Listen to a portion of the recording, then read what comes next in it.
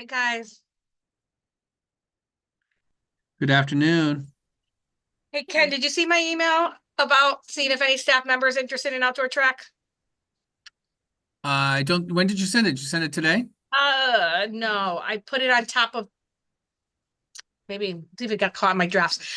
Christine said you have kids interested in outdoor track. Mm-hmm. So if you could maybe send out an email, see if anybody's interested in coaching.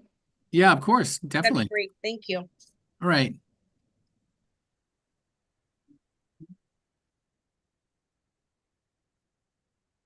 Heidi, is there any way you can tilt your camera down just a little so so we can see you a little bit? Yeah. Because I hate pictures and videos. Ooh, Marjorie, I may ask the same with you. Just it looks better for, yeah, see, you look way better. Hello. Hey, hello, hello. Hello, good evening. Good evening. Let's see. Oh, we have 10 people on. So far you and board member Tatum are the only other, let me just double check. Yep.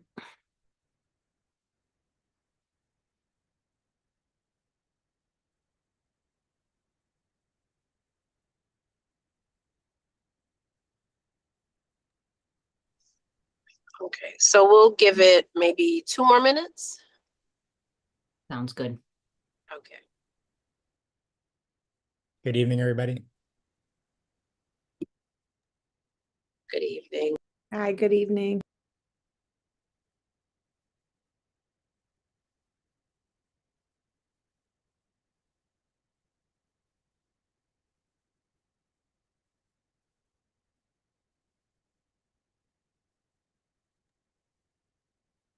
Marjorie, how are your boys and girls today after the tough losses yesterday? They're okay. They're okay. My heart was broken. It's so hard for me to see them upset, but they're resilient and they're, congratulations to Breakthrough South and HMTCA. Yeah, that'll be tomorrow night will be I bet it'll be fun. great games. It'll be fun. It was a great game last night too. Great game. It was.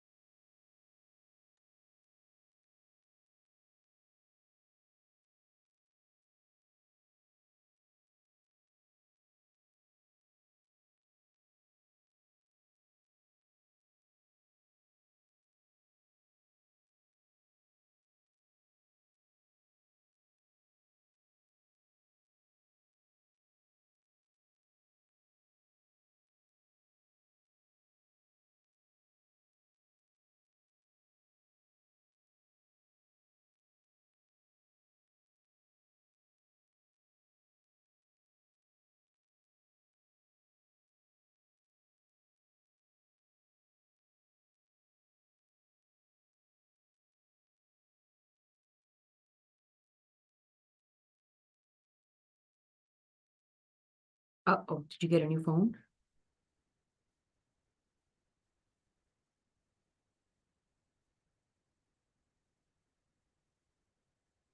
Okay, I am texting. Oh, he was joking.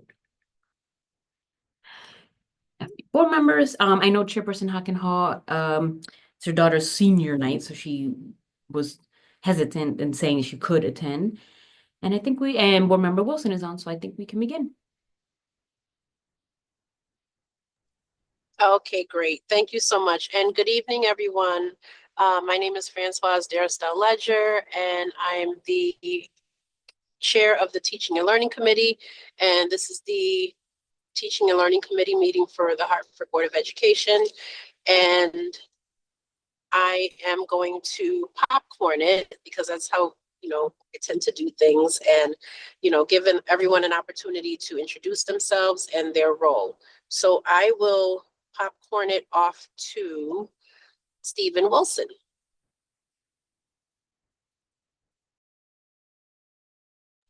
Sorry, on mute. Thank you. Hello, everyone. Stephen Wilson, board member, and I will popcorn it off to, let's see who's on. Corinne Barney. Corinne. Thanks, Board Member Wilson. I'm Corinne Barney, and I am the Chief of Schools. Nice to see everybody. I will send it to Dr. Ratley.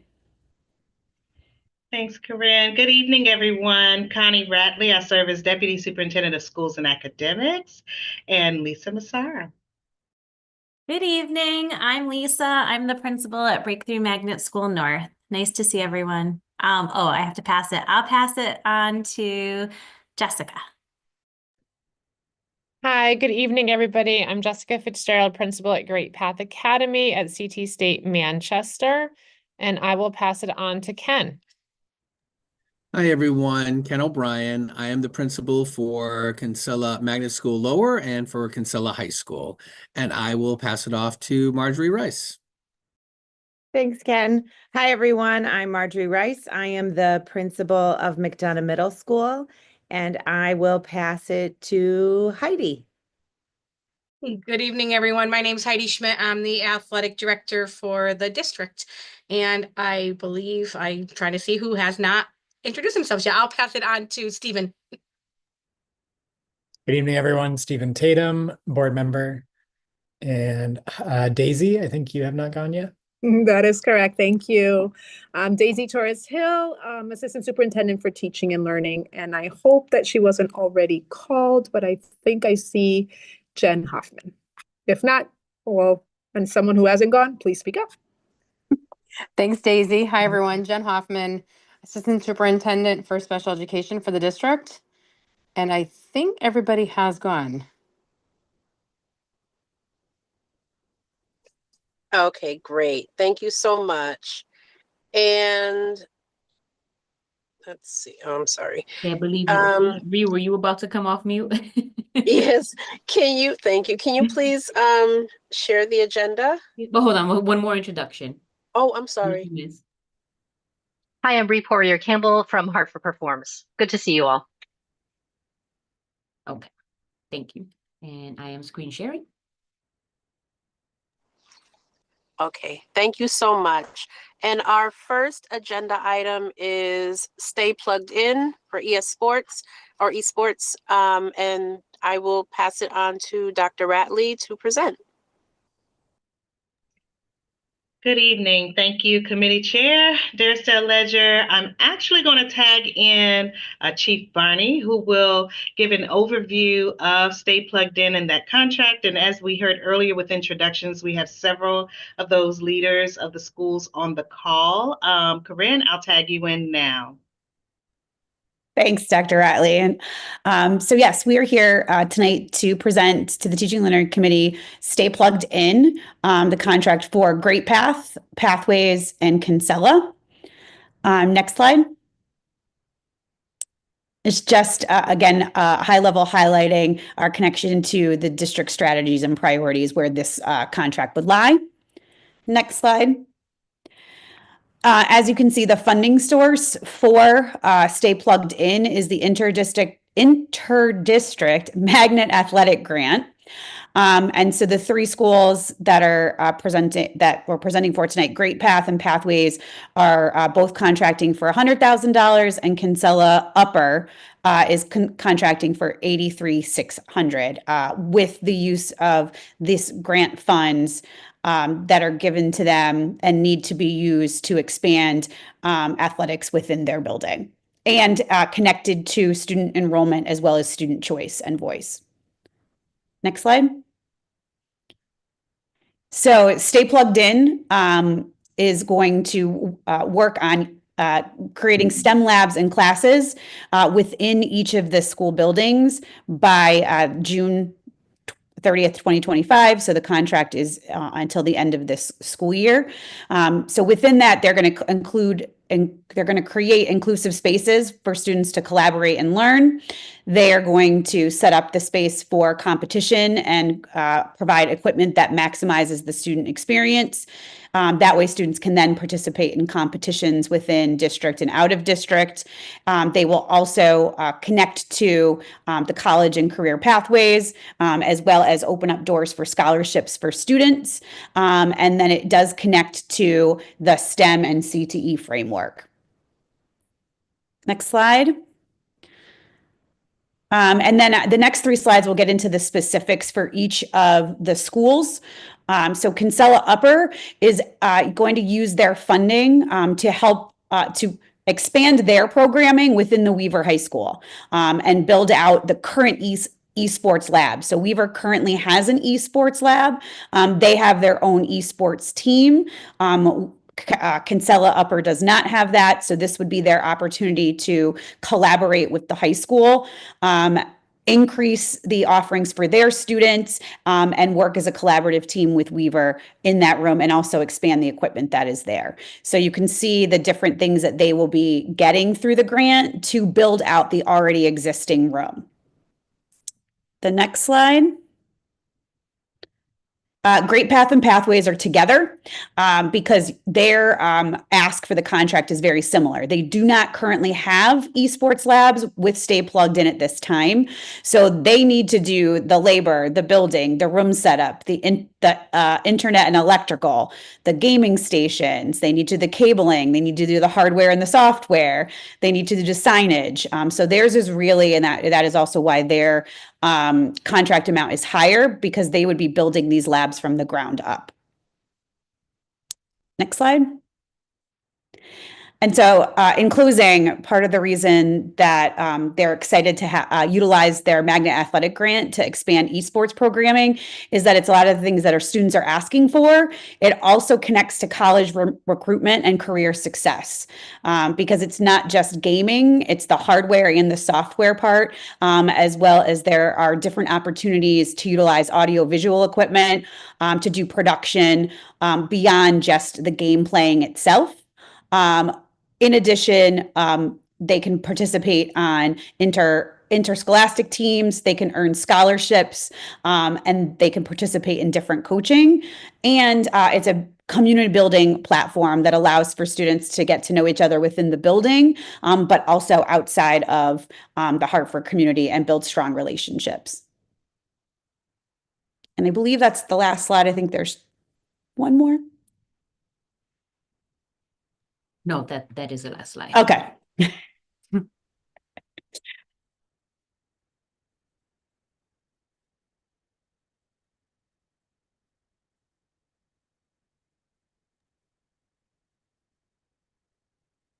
That completes our report. We'll turn it back to Committee Chair Daristelle Ledger. Thank you so much. And I'm just going to check really quickly if there are any hands up for questions. Yes, we have a few. So I will start. I don't know which board member, Stephen, had their hand up first. So I'm going to toss a coin, heads or tails. Go ahead, Mr. Wilson. Okay, perfect. Appreciate it. I have a couple questions. So you'll allow me to ask them. Could you explain the interdistrict magnet athletic grant? Could you give me a little background on it? Sure. I will have our athletic director, Heidi, support with that. Hi, good evening. So the Athletic Magnet Grant was created by the State Department to come in. What they're trying to do is they want to offer more broad opportunities to bring in more suburban kids into the district. And a big part of it was to enhance our after-school athletics, because a lot of the kids sometimes don't come to the city schools because they want to stay. Maybe we don't offer a sport, or we don't offer an opportunity after school for them to participate. So it just adds another layer that we can offer students coming into our schools. So they wanted to help enhance all of our programs, develop more programming, expand what we're offering, and be able to tap into different types of different types of things that the kids want to do. Maybe it might not just be bouncing the ball, but they might have this interest in the gaming, which is getting very, very big. Actually, the NFL is now actually getting involved into the esports. So it's a growing sport. And like I know Corinne had mentioned in the in her slides that it is college opportunities as well. So this is what the State Department wants to do. They want us to be able to offer these additional opportunities for our suburban kids to come to Hartford. Thank you. And is the esports, it is something that's governed by the CIAC? So it's the CIC does have a state championship for it. It's Okay. underneath the same kind of umbrella as cheerleading is. It's not considered one of their main sports where they have all of the same requirements for everything, but it is part of their I guess they want to call it their club side of it. But I do see it crossing over eventually into their actual list of athletics that they do offer. Okay. All right. So we're not competing in any like divisions or anything like that. No, we are. Okay. University. All right, we are. Yeah, Good. University High School has already won. I want to say. Yeah, I thought I remembered that. All right. Yeah, they've won a state championship. They might have actually won 2. So they're very, very active in it, and they've actually had kids get scholarships to college already. So it is definitely growing, and it's giving our kids some opportunities that don't, necessarily want to get involved with the actual physical sports, but they can actually, who have a love for that kind of thing, can, get involved in other ways. Okay. 2 more questions. Please bear with me. The total amount of the grant is what we see here being divided amongst the 3 schools, or is the grant larger and this is just a portion that we're allocating to the schools? Nope. So each of the schools were allocated the amount that is presented today, and then the total amount is for all 3 schools to get their esports labs. So there is no additional contract or larger sum. It is the sum that we're coming with today. Perfect. And Kinsella and Weaver, just clarification, was Kinsella, is their portion to create their own team, or is the funds in support of Weaver's current team? So theirs is to create their own team. However, they will work collaboratively once their own team is created. So just like they're co-located, they're going to be a co-team. But this is to get Kinsella students a part of esports, because they are currently not. It is only offered to Weaver students. Okay, so and maybe the Kinsella principal can answer this question. I said I had 2. Sorry, it's just a follow-up one. The currently Kinsella, they're able to participate in the sports that are offered by Weaver, correct? Yes, Board Member Wilson, they are able to participate. And it's been I just want to add, it's been a really great part of our collaboration and on the Weaver campus in terms of bringing students together from Weaver and Kinsella. And I want to say, I think the Kinsella students have really helped to boost the teams in general. Good, wonderful. The thought process behind having a separate esports team, if you would, and then that's my last question. Well, I was going to interrupt. I wanted to interject. My understanding at this point, Chief Barney, is that we are going to have one team.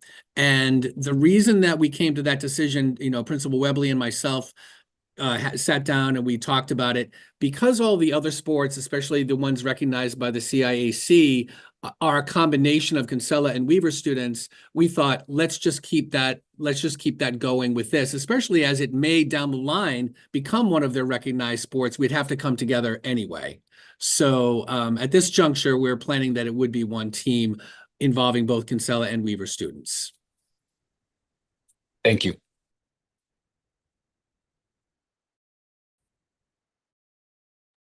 Thank you so much. And now we will go to Board Member Tatum.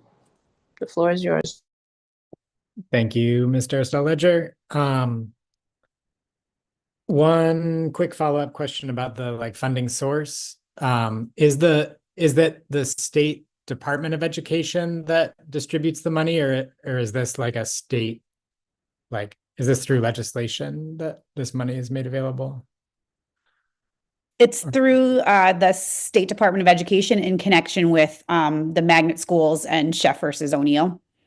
Okay. And it's specifically, like you mentioned that it was like specifically designated for urban schools to like help them enhance their after school programming. Like do you know if Craig schools or other magnet schools in the area are accessing similar, like the same funding source? Like is it something that's shared among, or is this more specifically targeted to Hartford?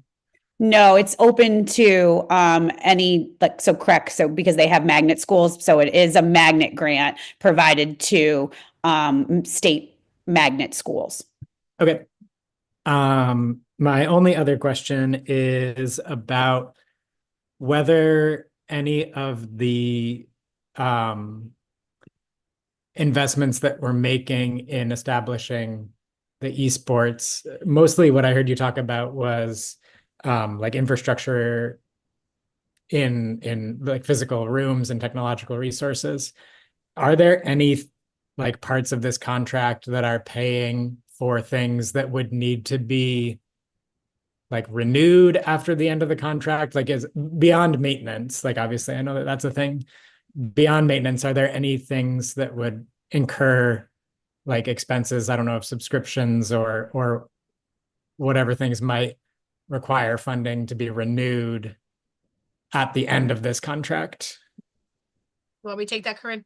Sure, because I'm gonna say yes, but you'll have the details on that. So I can piggyback on that. What we would definitely, what we're also taking on, none of the stuff that they're actually putting in that we really have to worry about continuing with them, other than obviously the wear and tear of the items as we go down the road. But esports is, I'm being told, being going to be shifting into the athletic under my umbrella moving forward. So we would treat it just like we would any other sport and try to work on making sure that we have the necessary funds to be able to continue repairing and renewing the items like we do for all of our sports, as well as having a coach all the time. There has to be an adult coach with them as well. So we are going to be working, and the State Department is supposed to, they tell us that if these programs work and everything, and it starts bringing in more, suburban, that they're going to continue to allocate funds for the continuation of the programming that we expand. Because my big question is, if we're going to start these, are we going to turn around then and say, okay, thanks for the money, now we, can't do anything moving forward? So that was a great question, but it's definitely a conversation we have with the State Department every time we expand our programs, is about them continuing to help us continue them from year to year and keep it going. Thank you for that. That's definitely helpful. Just making sure like the schools will own the resources at the end of this contract. It's not like we're paying Stay Plugged In to like lease this stuff for the rest of the year and then it goes away. Like it becomes the school's property. Is that correct? Yes, it becomes the school's property. So we're really contracting with them to build the lab out for us, and then it's our property too, as Heidi was saying, to maintain and ensure that the program continues. Okay, that answers my questions. Thank you. Thank you so much, Board Member Tatum. And it also sounds like once, you get everything built out, then next time, perhaps when you need more funding, it will be less because it's already, the infrastructure is already there, correct? Yes. Okay, great. Okay, awesome. I do see Board Member Wilson's hand still up. Is that a new hand or is that the same? Yeah, just a quick follow-up. Kind of piggybacking off of what you just said or what you just asked, the funding will be less for the following year. Can we apply for a similar amount to perhaps flesh out a different sport, or is there other funding from the state that we're getting for other sports, or just sports in general or athletic program in general, and we chose to do esports in this regard? So the schools received various amounts of the magnet schools, because this is specifically the magnet grant. Yep, received a certain funding or allocations per schools, and then they chose what they thought they needed based on programming that they may have already built out around athletics, student interest, survey data.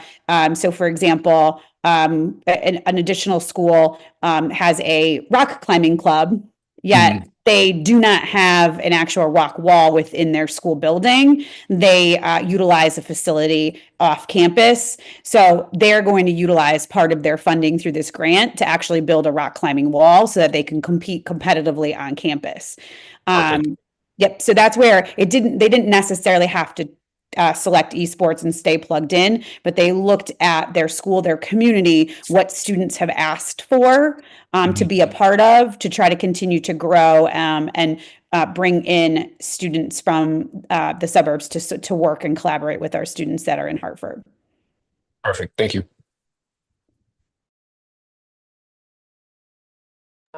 Perfect. Thank you so much. And I'm just going to take a quick look. And I think that is it. Okay, great. Thank you so much for that presentation. And Christina, can you please pull up the agenda again?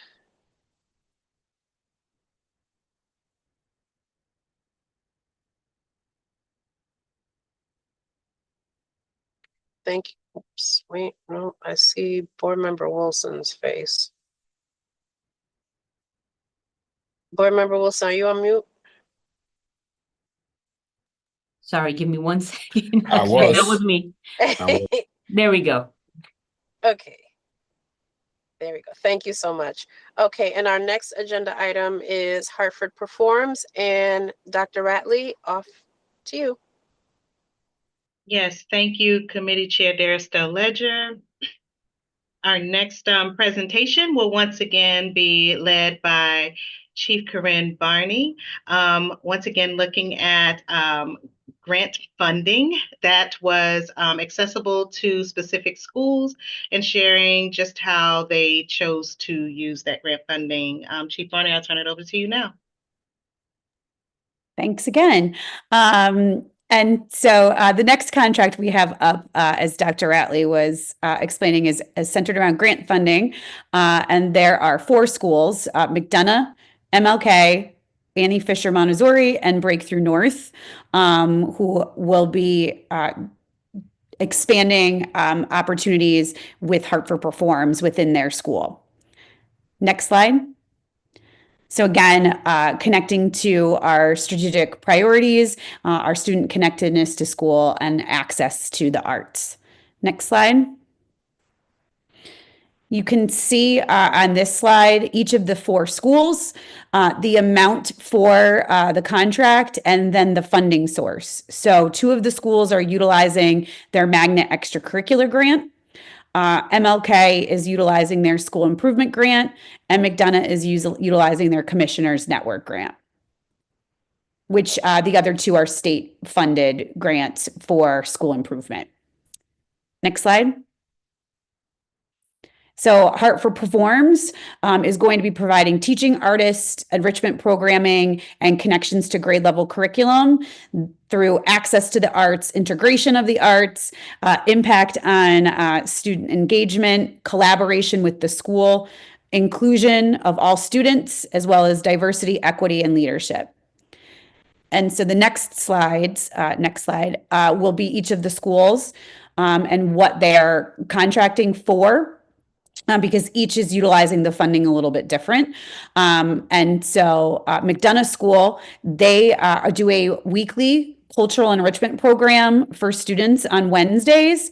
So Hartford Performs will be supporting 45-minute long sessions each day. And there'll be 2 cycles from now until the end of the school year. So the programming will start in the month of March, and students can choose amongst the teaching artists, and they get to self-select what they feel is the enrichment that they need. And you can see that it's going to serve 300 students per day. Next slide. MLK, they are utilizing their school improvement grant to add an artist in residence to work collaboratively with their social studies teacher to make connections to the school curriculum and work with specifically students in all grade levels, connecting the social studies curriculum to the arts and improving the academic rigor, as well as engaging students across multidisciplinary art like music, painting, drawing, pottery. Next slide. Annie Fisher Montessori is expanding programming for their 4th through 6th grade students. And this is through the Magnet Extracurricular Grant.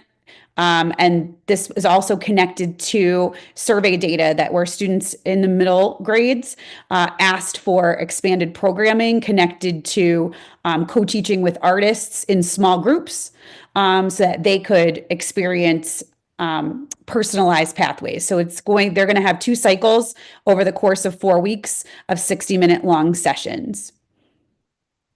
Next slide. And Breakthrough North is also utilizing their Magnet Extracurricular Grant as well.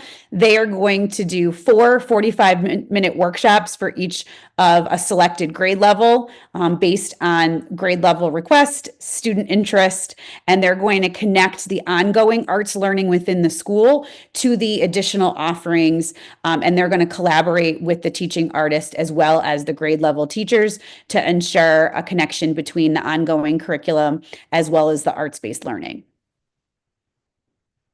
Next slide. And so again, you can see it, one of our own students making a connection to their reading curriculum through Hartford Performs and making sure that they support all students. And that is the end of the presentation. Great. Thank you so much. That was very thorough, very informative.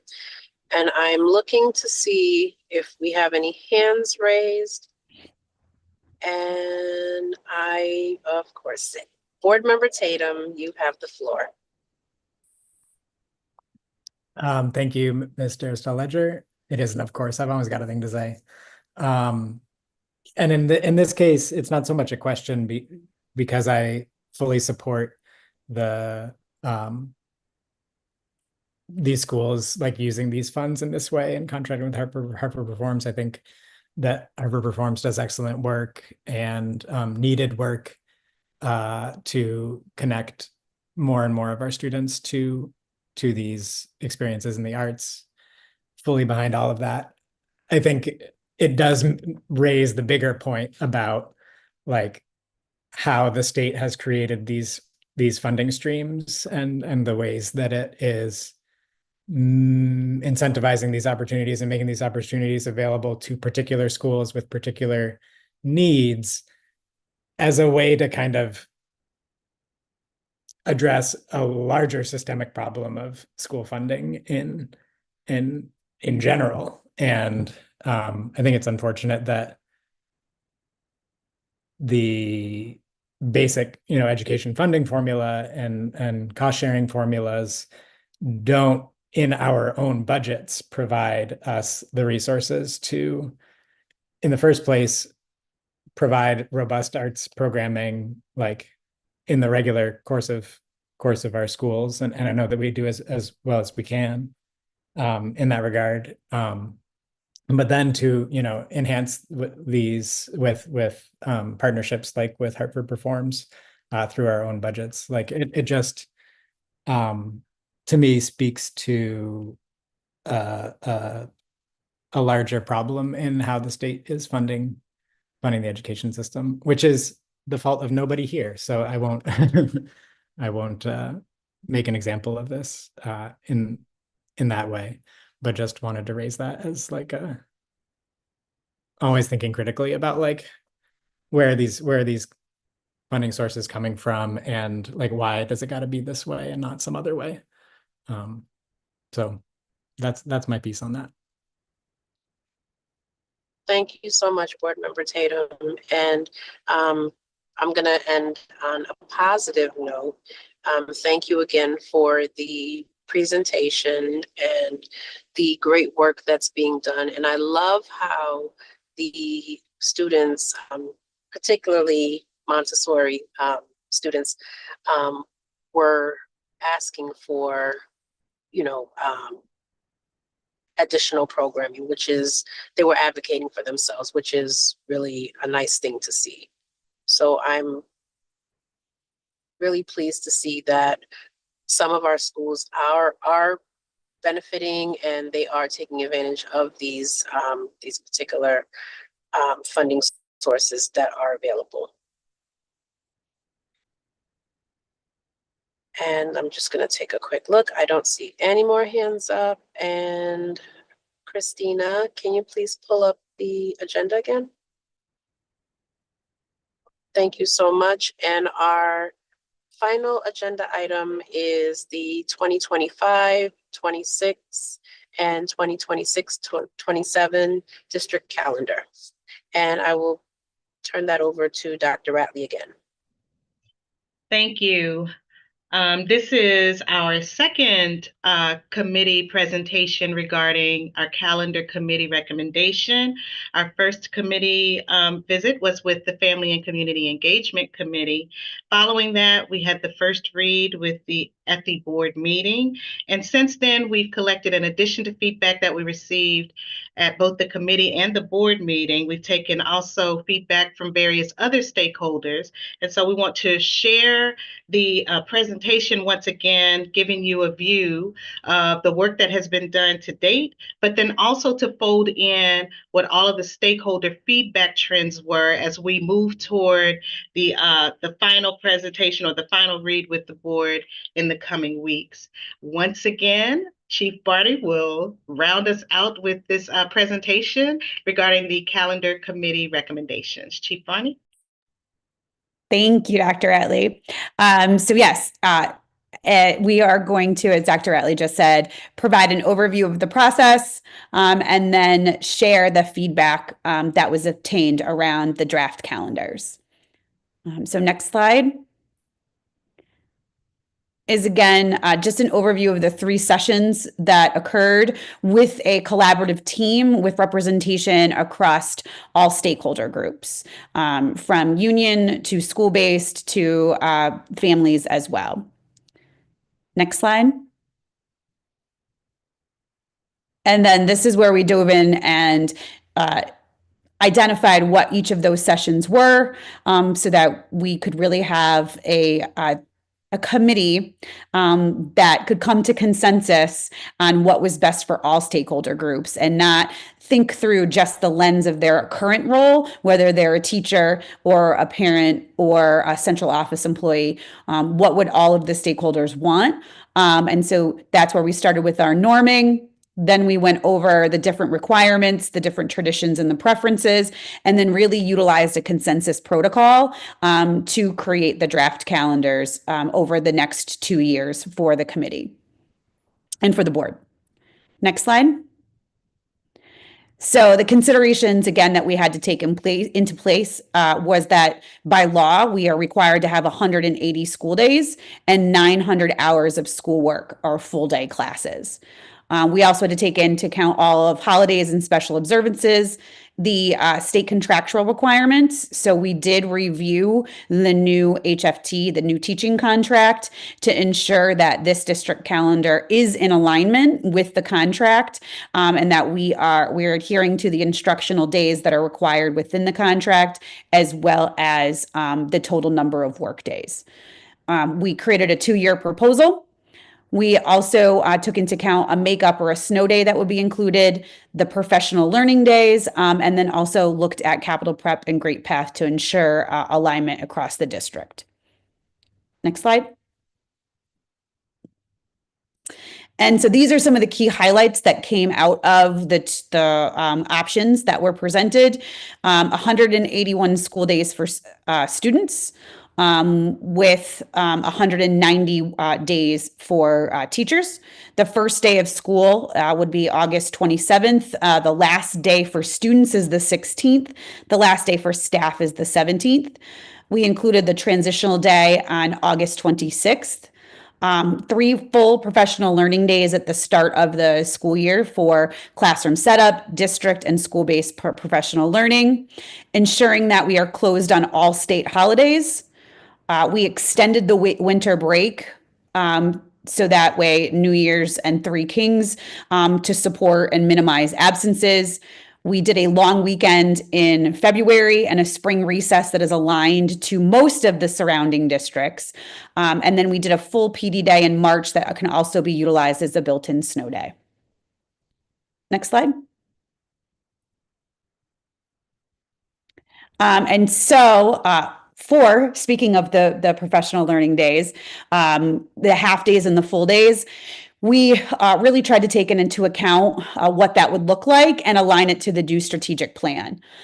So some of the utilization of the professional learning days would be around trauma-informed and restorative practices, our multilingual learners and our special education students, chronic absenteeism, school and theme-based professional development. So, Montessori, the theme there, and what does that professional learning look like for them and their needs? Our STEM schools, our dual language schools. We also took into account the need for family and student engagement. So what does that look like and how does professional learning support that? As well as content area curricular development, student performance monitoring, and then district and school-based collaboration. So how can we work together with our schools to provide professional learning opportunities that are innovative, as well as aligned to and cohering to the new strategic plan. Next slide.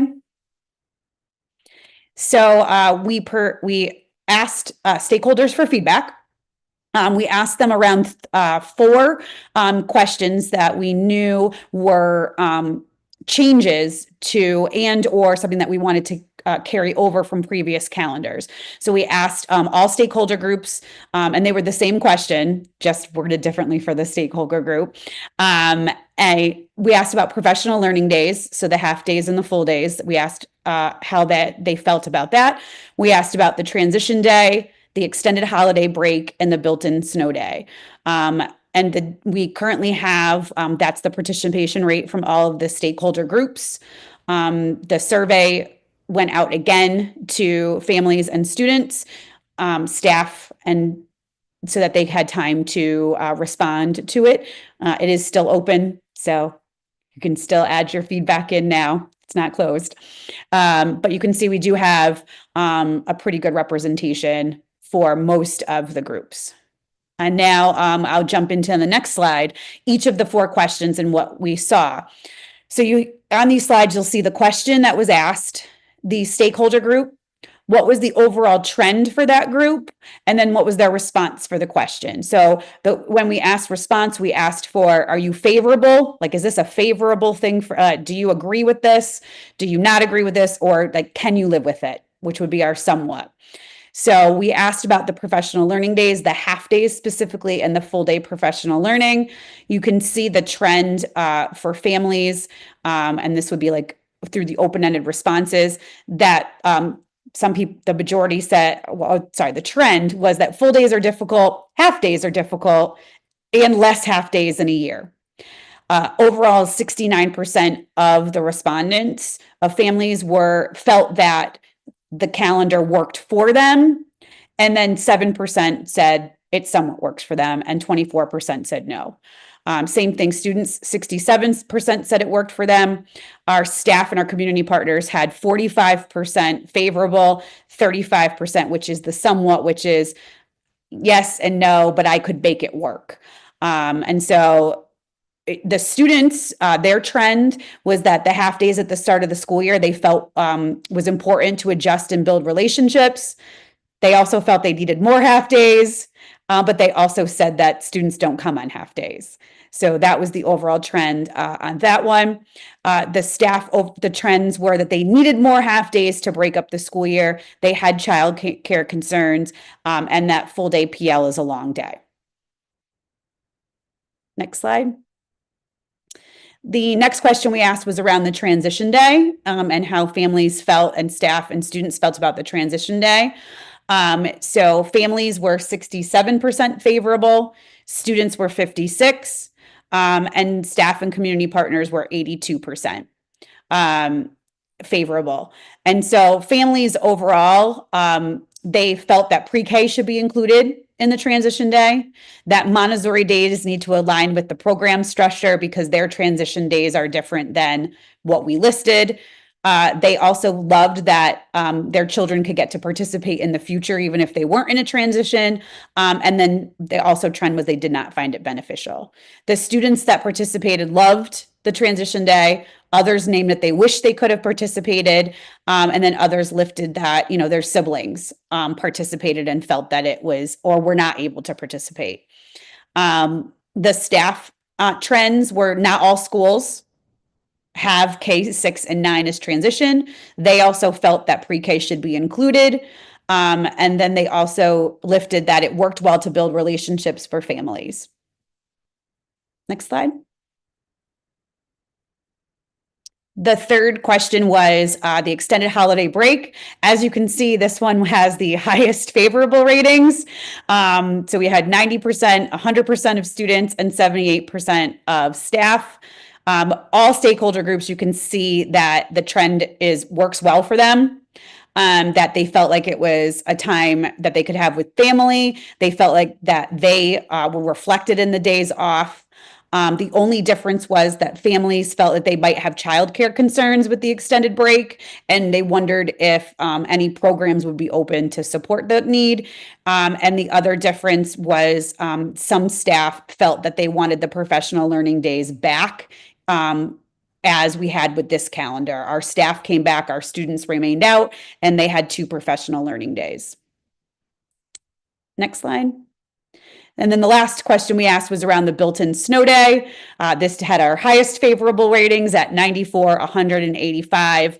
There were no clear trends with students. They actually did not put any comments. They just all said yes.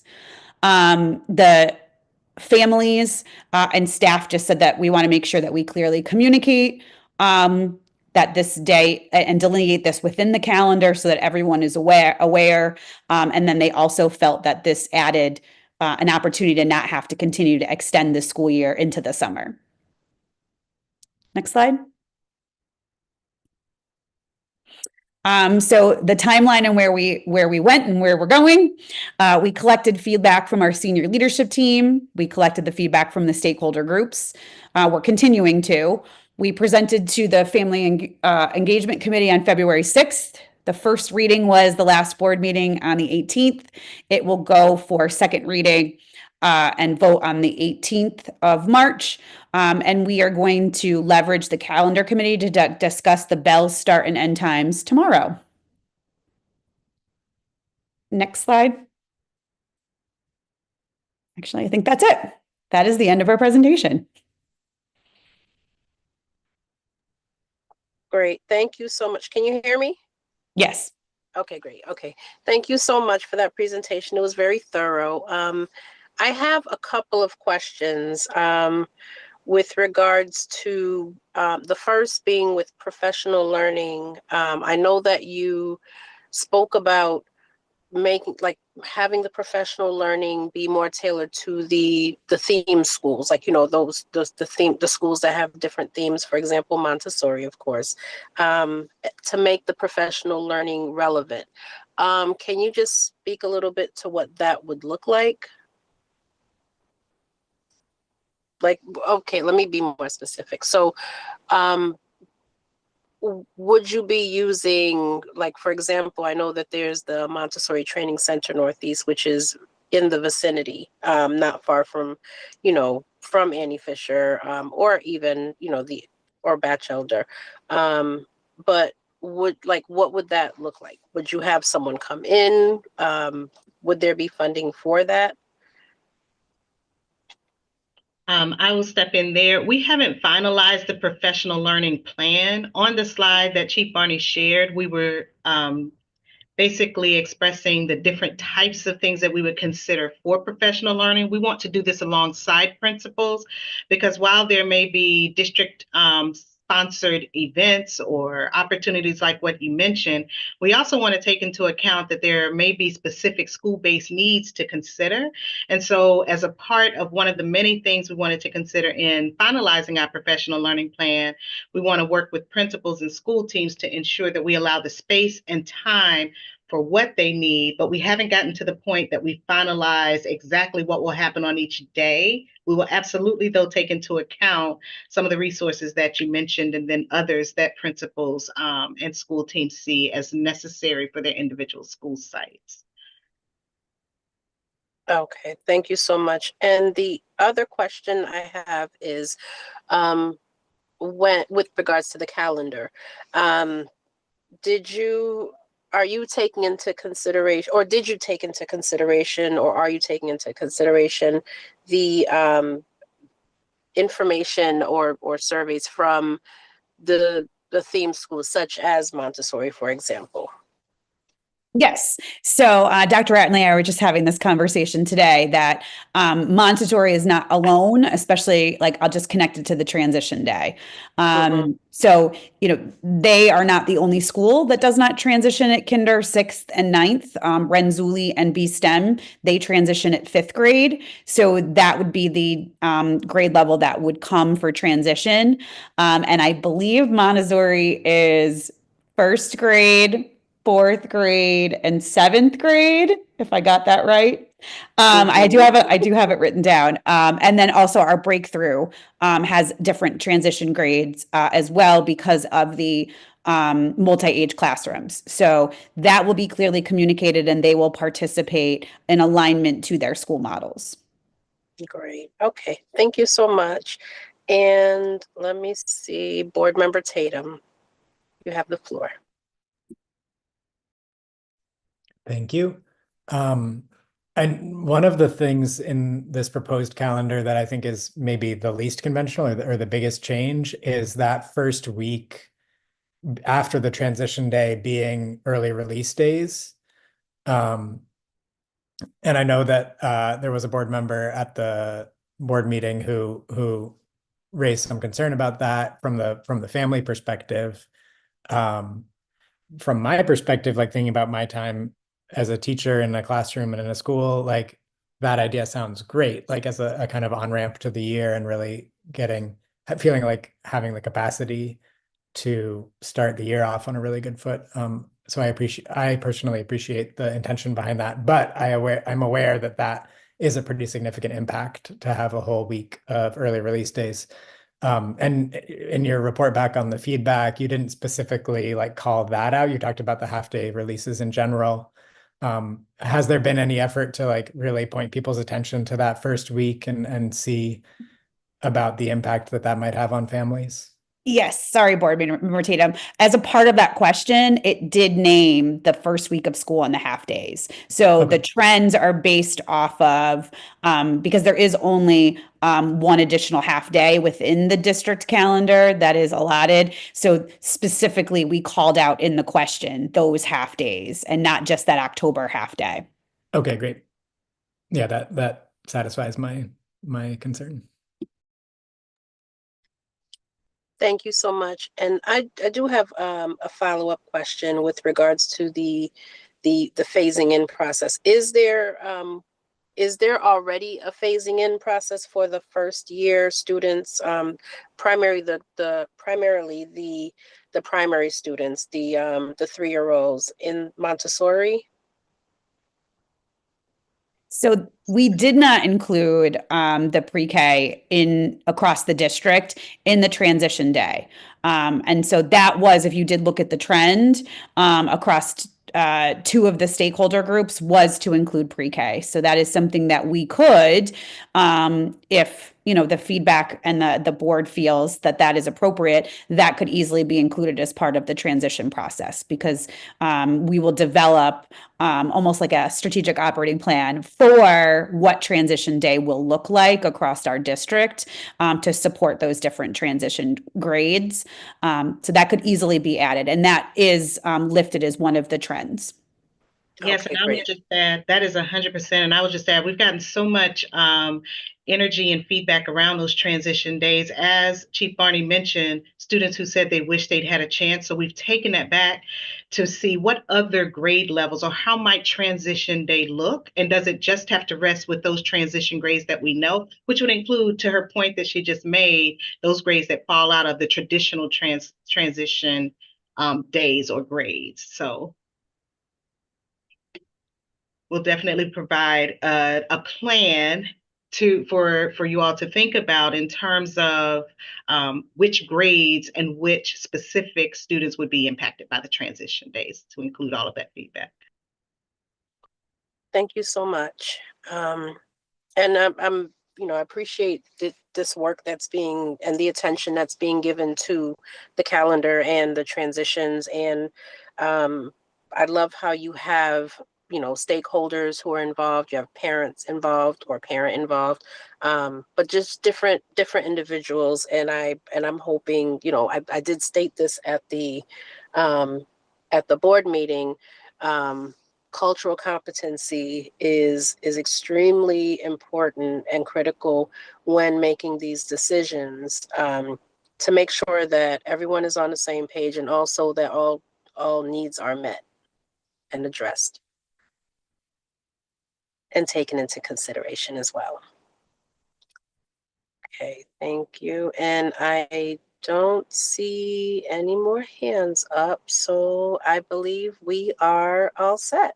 We're done. Thank you so much for the presentations. Thank you Sorry. for. Sorry. One more Okay, question just occurred to me. I'm so sorry. Hold on. Okay, let me just say thank you. Let me finish my statement, please. Thank you, everyone, for attending. And now it looks like Board Member Tatum has another question. Do you have a question? Yeah, thank you. And sorry to have it occur late. Between now and the March vote, like what are I know that the survey is still open.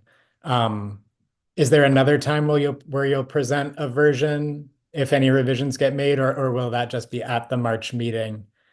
You'll present if any revisions are made? Or is there another opportunity where there's a draft being shown, or just curious what the process is there? We understood the next step to be that board meeting. I am turning to Ms. Santiago to see if there's an opportunity perhaps to get it in the hands of board members prior to, or.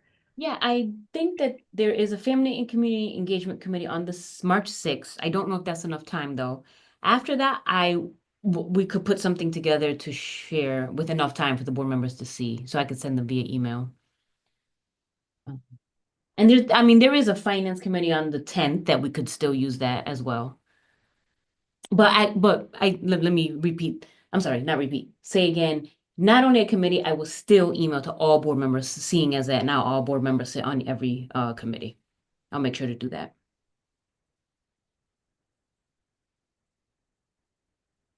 Okay. Does that satisfy your question, Board Member Tatum? I think so, yeah. Okay, and it sounds like it may hit your committee as well, so you'll have time to kind of dissect and peruse and all of that stuff. And correct me if I'm wrong, but you didn't present any changes to the proposed, like the draft has always stayed the same. Like there haven't been any changes made to this point. No, not to this point. Board Member Tatum, tomorrow, as Chief Barney mentioned, that same committee comes together for the Bell schedule review. So we want to do due diligence with sharing with that committee what the feedback has been to date as a part of that agenda. So we'll make sure that that's on there, so that if there's any opportunity, just wanting to honor the work that they put into place to actually present to you all. However, if there's any opportunity to make some shifts or so forth, then we could absolutely present that as well in terms of other input from the committee. Okay, that sounds good. Okay, and I just want to make sure, Board Member Wilson, you don't have any questions or anything? Are you good?